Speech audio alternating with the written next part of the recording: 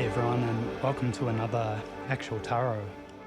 It's around about 7 o'clock in the evening here in Victoria, Australia on the 11th of January, and I believe at around about 11 p.m. tonight the moon will be conjunct and exact with the sun in Capricorn.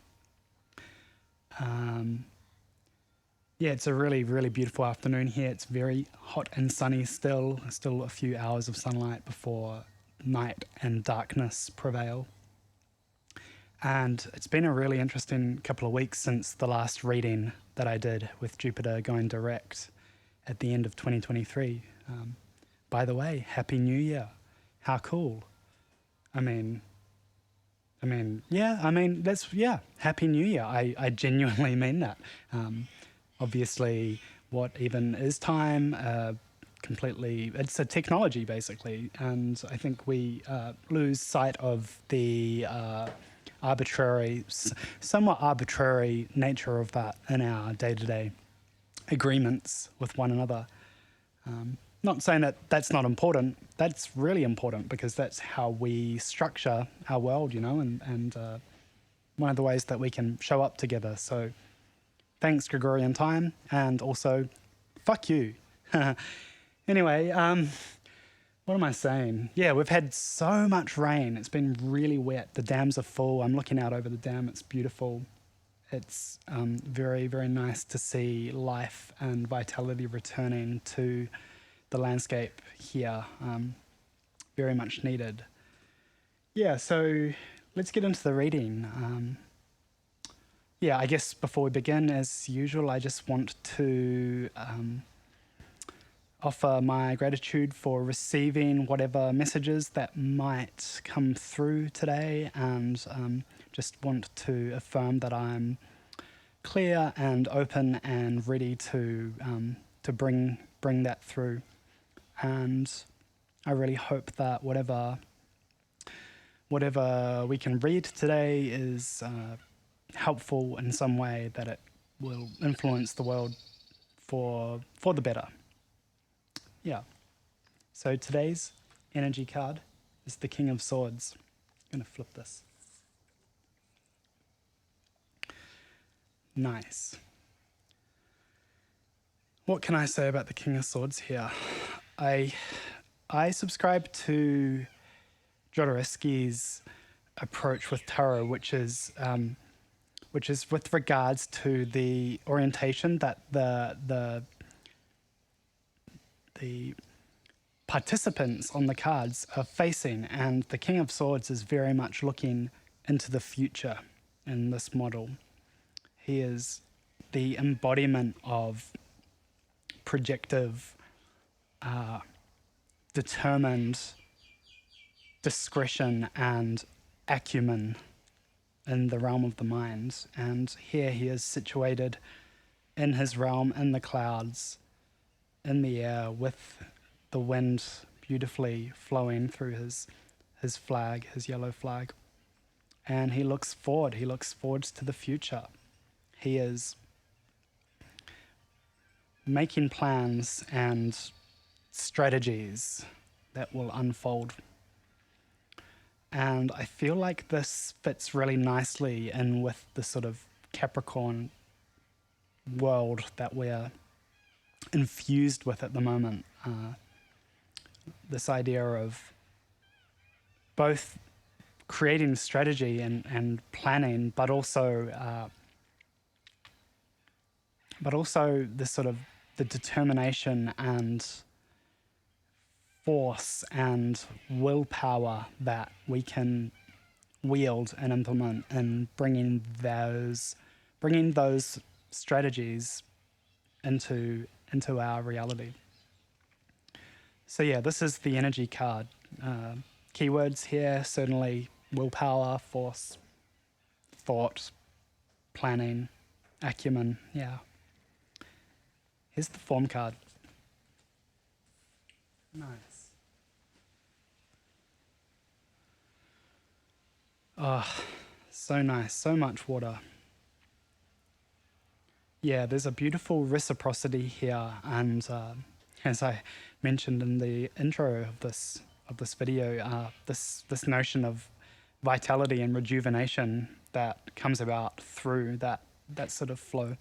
Nine of Cups, we've got Jupiter in Pisces here. Obviously, Jupiter is not currently in Pisces, but I suppose one could look at the kind of influence that expansive and benefic Jupiter has in a watery and very sort of fecund and fertile sign like Pisces.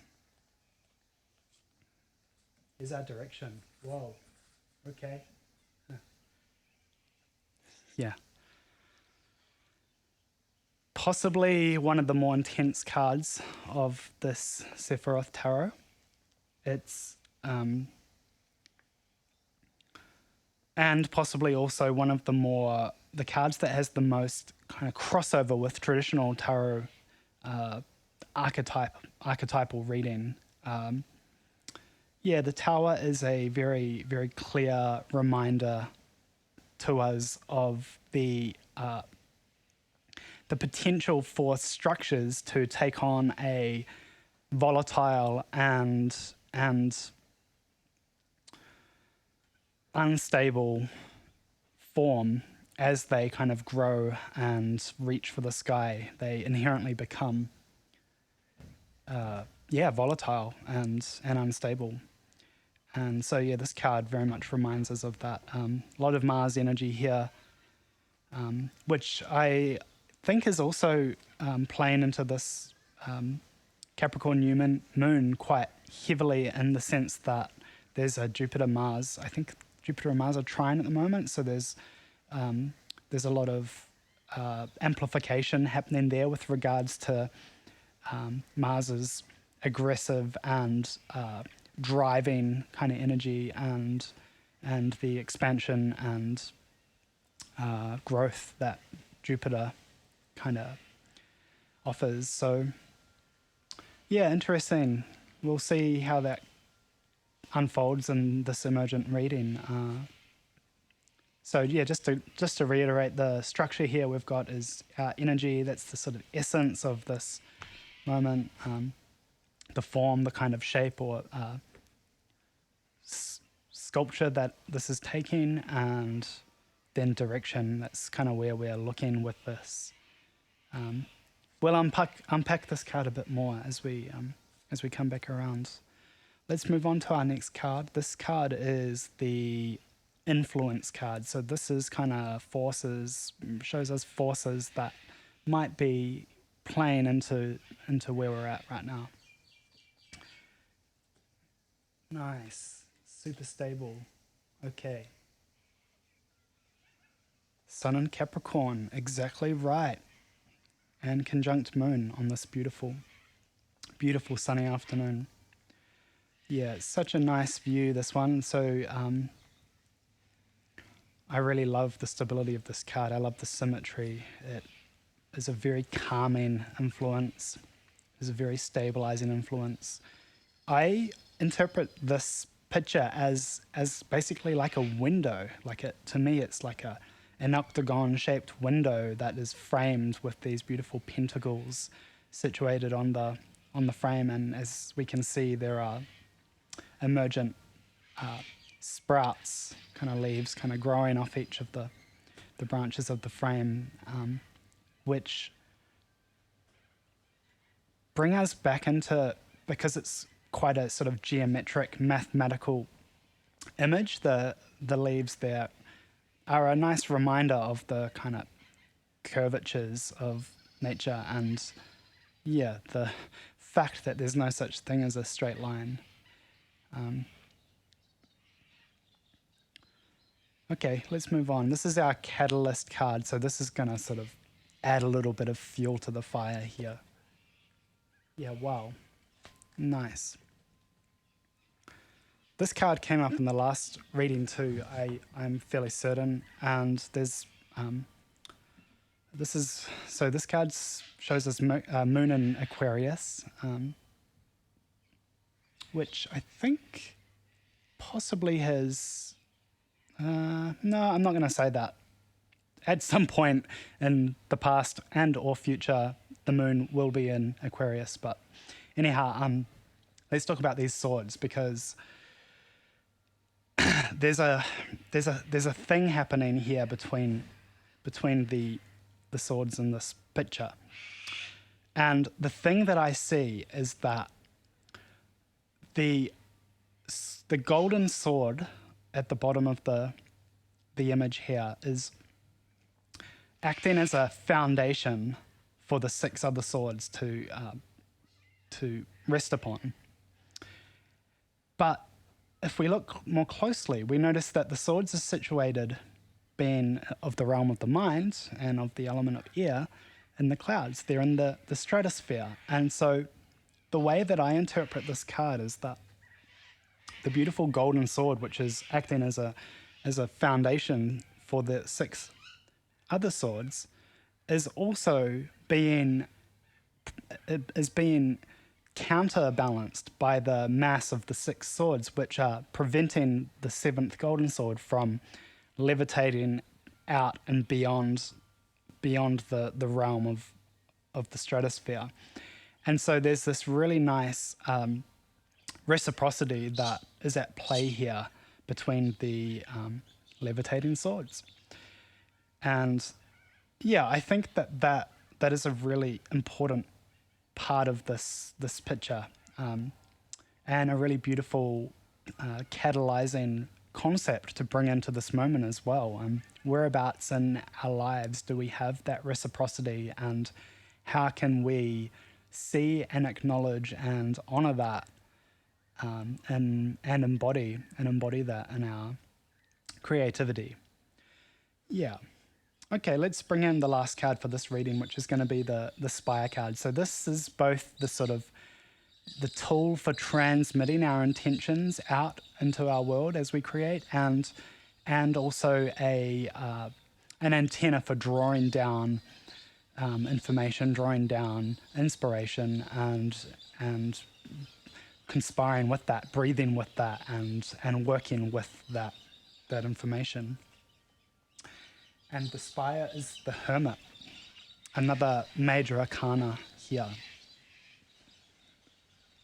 This is a really colourful card, and probably an archetype that I think is maybe a little misunderstood by many people. And I'd just like to unpack what I mean by misunderstood.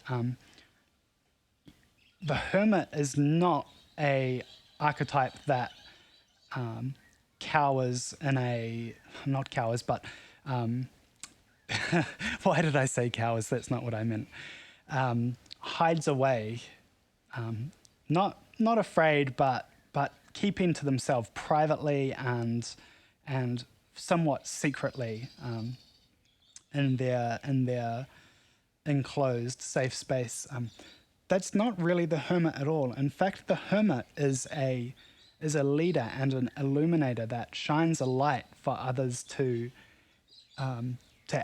use as a beacon and navigate with. The Hermit is a light bearer and an illuminator, and I think that the way that I see that coming into my world is in the sense that I believe that my role here is just simply to be me.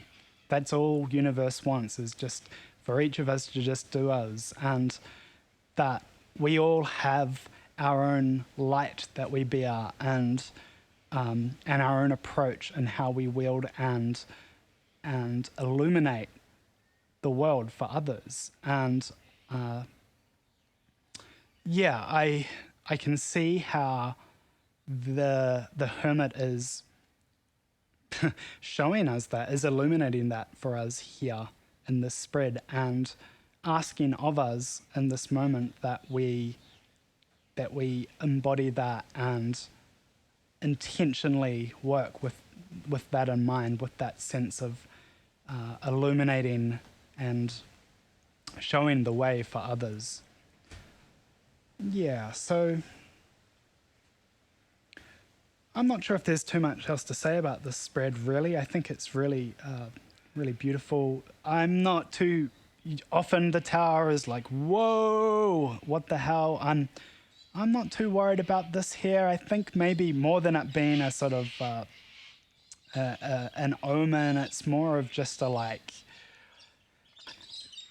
you know, like this is a really great time to be building our reality, and with the strong kind of willpower energy that is beaming down at us right now, we can make a lot of progress. And maybe this is more a reminder that of what happens when this is untethered, as what might happen to the seventh sword if it isn't there in reciprocity with the other six. Yeah, that's kind of how I read this. So I think that's all there is to really say about this right now. Maybe if anything else comes up for me, I'll add that in the notes as an afterword. But yeah, I really do hope that this helps in some way. That you can find some significance in this, and that you can bring these ideas and this story into your world, into your experience, and work with this and be the hermit, you know, in your world. So thank you so much for watching, and we'll be back again soon with another video.